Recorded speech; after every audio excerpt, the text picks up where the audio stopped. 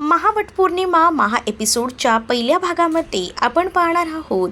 सुमित्राला आता शोभाचा कॉल आलेला असतो आणि शोभाने तिच्या घराबद्दल सांगितलेलं असतं. तिचं घर आणि त्याचसोबत वडाचं झाड हे आता उद्ध्वस्त होणार आहे आणि ही गोष्ट आता सुमित्राला कळल्यामुळे सुमित्रा जानकीला मदतीला जायला सांगते. जानकी लगेचच कॉल करून सायलीला देखील तिथे बोलवून घेते आणि सायली आता बाकी इतर लोकांना देखील मेसेजेस करायचं काम करते, कारण आता 15 सुवासिनींची गरज असते.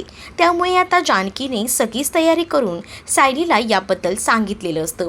सायली आता विचार करते आणि ती लगेचच जानकीला सांगते, ठीक आहे, शोभा मावशीच्या मदतीला आपल्याला जायलाच लागेल, बिचाऱ्या त्या संकटात आहेत. जानकी म्हणत असते की हो, तू सुद्धा ये, मी सुद्धा येते, आपण दोघीही मिळून एकत्रच निघूया. जानकी आणि सायलीचं तर आता शोभाकडे जायचं ठरलेलं असतं आणि आता जानकीचं हे सगळं बोलणं मागे उभं राहून ऐश्वर्या ऐकत असते. त्यामुळे ऐश्वर्याला कळलेलं असतं की जानकी ही शोभाकडे चाललेली आहे. आता जानकी आणि सायली ह्या दोघीही जणी एकाच गाडीने जायला निघालेली असतात. ते ड्रायव्हर काका अजूनही बाहेर कुठेतरी गेलेले असतात, ते आलेले नसतात. ड्रायव्हर काका आल्यावर त्यांची गाडी तिकडनं जायला निघते, पण त्या गाडीचे ब्रेक फेल करायचं काम आता ऐश्वर्याने केलेलं असतं. म्हणूनच प्रिया तिचं कौतुक करत असते. प्रिया म्हणत असते की कसली भारी कल्पना केलीस बघ तू, आणि यांच्या गाडीचे ब्रेक फेल करून त्याला खरी मजा येणार आहे असं देखील आता ती म्हणू लागते. तर त्यानंतर इकडे मात्र जानकी जी असते ती आता गाडीने जात असताना सायली आणि जानकी गप्पा मारत असतात. त्याच वेळेला सायली म्हणत असते की मानसीसुद्धा तिथे येणार आहेत, पण मानसी अजूनही जेलमध्ये आहे, म्हणूनच हे सोडायला गेले आहेत. काय त्या फॉर्मॅलिटी कंप्लीट करतील आणि आपल्या मानसीलासुद्धा तिथे घेऊन येतील. आता जानकी आणि सायली ज्या गाडीने जात असतात त्या गाडीचे ब्रेक फेल झालेले असतात, त्यामुळे गाडी खूप जास्त डगमगत असते. इकडे तिकडे गाडी चालू लागते आणि त्यामुळे एका जागी जाऊन आता ती धडकते. त्यामुळे आता गाडीचा अपघात झाल्यामुळे आता सायली जानकीला खूप जास्त टेन्शन येतं. त्या दोघीही जणी इकडे तिकडे पाहू लागतात. त्या ड्रायव्हरला विचारतात, तुम्हाला काही झालं तर नाही ना? तो ड्रायव्हर म्हणतो की नाही, पण तुम्ही तर सुरक्षित आहात ना? सायली म्हणत असते की हे सगळं काही कसं काय झालं, काहीच कळलं नाही. जानकी मात्र म्हणते की मला माहिती आहे हे नक्की करण्यामागे कोणाचा हात आहे ते. तर सायली विचारते की तुम्हाला कोण वाटतं या सगळ्यामध्ये आहे? तर जानकी म्हणते, मला माहिती आहे हे सगळं कारस्थान ना त्या ऐश्वर्याचं आहे, त्या ऐश्वर्यानेच या गाडीचे ब्रेक फेल केले असणार. सायली म्हणत असते, म्हणजे या सगळ्यामागे ती ऐश्वर्या आहे. आता त्या ऐश्वर्याने सुद्धा त्या सगळ्यांना साथ तर दिली नसेल ना, म्हणूनच तर ही सगळीजण मिळून आपल्याशी लढत असतील. तर आता सायलीला आणि जानकीला जायला एक टेम्पो भेटतो आणि टेम्पो तो त्याच गावी जात असतो ज्या गावी त्यांना जायचं असतं. दोघीही जणी गाडीत बसतात आणि आता त्या शोभा मावशीच्या घरी पोहोचतात. शोभा मावशीच्या घरी आधीच रमा, त्याचसोबत मीरा आणि मुक्तासुद्धा आलेल्या असतात.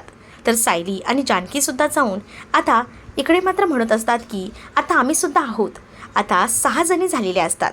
6 जणी आता आल्यानंतर शोभा मावशीला खूप जास्त आनंद होतो. सायली म्हणत असते की काव्या आणि नंदिनीला सुद्धा सांगितलंय, त्यासुद्धा येतच आहेत. आपल्यापैकी बऱ्यापैकी आता सवासणी झालेल्या आहेत. आता सगळ्या जणी एकत्र होतात. तर इकडे मात्र सगळ्या खलनायिका एकत्र जमलेल्या असतात. त्यांचं आता या सगळ्यांविरोधात प्लॅनिंग सुरू असतं. काही झालं तरी त्यांना ते वडाचं झाड तोडायचं असतं, त्यासाठी त्यांचे प्रयत्न सुरू असतात. तर खचलेल्या शोभाला जानकी, सायली, मीरा या सगळ्याच जणी आधार देत असतात. तर आता जी आपली जानकी असते तीसुद्धा त्यांच्या मालिकेतला घडलेला सगळा प्रसंग शोभाला सांगते आणि म्हणू लागते की आमचं घरसुद्धा असंच लिलावात विकलं जाणार होतं, पण मी काही करून आमचं घर वाचवलं, त्याचप्रमाणे तुमचं घर देखील वाचेल असं बोलून ती तिला आता आधार देऊ लागते. तर शोभालासुद्धा आता सगळ्याच जणींचा आधार मिळाल्यामुळे तिलासुद्धा आता खूप जास्त बळ आलेलं असतं आणि त्यामुळे आता तिलासुद्धा असं वाटत असतं की या सगळ्यातून नक्कीच ती बाहेर पडेल. आणि आता सगळ्याच जणी आल्यात म्हटल्यावर तिला आता एक मोठं टेन्शन कमी झाल्यासारखं वाटत असतं आणि त्यामुळेच आता शोभा म्हणत असते की बरं झालं तुम्ही सगळ्याच जणी माझ्यासोबत आहात. त्यानंतर जानकी आणि सायलीच्या पाठोपाठ आता काव्या आणि त्याचसोबत नंदिनी आणि कलासुद्धा आलेल्या असतात. सगळ्याच जणी आता एकत्र येतात. परंतु आता या सगळ्यांमध्ये एक मुख्यता आलेली असते, ती म्हणजे सावनी. खरं तर त्या सगळ्या खलनायिकाने मिळून सावनीला मुद्दामून तिथे पाठवलेलं असतं. आता चहा करण्यासाठी सुद्धा घरात दूध नसतं. तर आता जानकी आणि सायली या दोघीही जणी म्हणत असतात की मी पटकन चहा करण्यासाठी दूध घेऊन येते. दोघीही जणी बाहेर जातात. तर सावनीने आता सगळ्यांना झोपवायचं असतं, त्यामुळे कोकम सरबतची बॉटल आणलेली असते. ते कोकम सरबत ती आता सगळ्यांना पाजायचं ठरवते आणि त्यामुळेच आता ते कोकम सरबत ती आता सगळ्यांना देत असते. पण त्यामध्ये जानकी सायली या नसतात, कारण त्या बाहेर गेलेल्या असतात. आता सावनीचं प्लॅन जे आहे ते आता गायत्री, प्रिया आणि ऐश्वर्याने सांगितल्याप्रमाणे वर्क करत असते. तर आता सायली आणि जानकी दोघीही जणी बाहेर दूध आणायला गेलेले असताना त्यांच्यासमोर काही गुंड येतात आणि ते गुंड आता त्या दोघींवरही हल्ला करू लागतात. त्याच वेळेला आता दोघीही जणी आता मात्र पुढे येऊन त्या गुंडांना 4 हात करत असतात. परंतु ते गुंड अजूनच येतात आणि त्यामुळे जानकी आणि सायली खूप जास्त घाबरतात. तर आता सायलीच्या हातात जी दुधाची पिशवी असते ती पिशवी सायली त्या गुंडांवर फेकून मारते. त्यामुळे आता त्या गुंडांना सुद्धा काही कळेनासं होतं. मात्र अजून 2 गुंड आल्यामुळे आता खूपच जास्त मारामारी चाललेली असते. तर इकडे आता सगळ्यांनाच कोकम सरबत देण्यात येतं. प्रत्येकजण कोकम सरबत घेतात. पण त्याच वेळेला आता मुक्ता आणि ला ते कोकम सरबत घ्यायला नकार देतात. भव्या, नंदिनी, शुभ्रा आणि त्याचसोबत आता इथे जी मीरा असते, रमा असते, तिनेसुद्धा ते कोकम सरबत घेतलेलं असतं. मात्र मुक्ता आणि कलाने कोकम सरबत घ्यायला नकार दिलेला असतो, कारण त्याला चहा घ्यायचा असतो. ज्याने ज्याने कोकम सरबत घेतलेलं असतं त्यांना आता चक्कर येऊ लागते आणि त्या चक्कर येऊन तिथेच पडतात, कारण त्यांना आता त्याच्यामध्ये कुंगीचं औषध दिलेलं असतं. सायली आणि त्याचसोबत जानकीला साथ द्यायला आता कावेरीसुद्धा आलेली असते आणि ती या सगळ्या संकटातून त्या दोघींना वाचवते. आता त्या सगळ्याच जणी मिळून आता घरी जायचं ठरवतात. कावेरी म्हणत असते की खरं तर वडाची पूजा करण्यासाठी मी इथे आले होते आणि तुमच्यासोबत हा घडलेला प्रसंग बघितला. त्याच वेळेला आता ती म्हणू लागते की बरं झालं ऐन वेळेला आम्ही आलो, नाहीतर काय झालं असतं. आता सगळ्याच जणी ठरवतात की लवकरच आपल्याला घरी जायला हवं. आपल्यावर ही अवस्था आलेली आहे तर घरात असणाऱ्यांना काय झालं असेल, असं बोलून आता त्या लगोलग घरी जायला निघतात. तर इकडे घरी मुक्ता आणि कला आलेल्या असतात आणि त्याच वेळेला सावनीला कळतं, म्हणून सावनीसुद्धा बेशुद्ध होऊन पडायचं नाटक करते.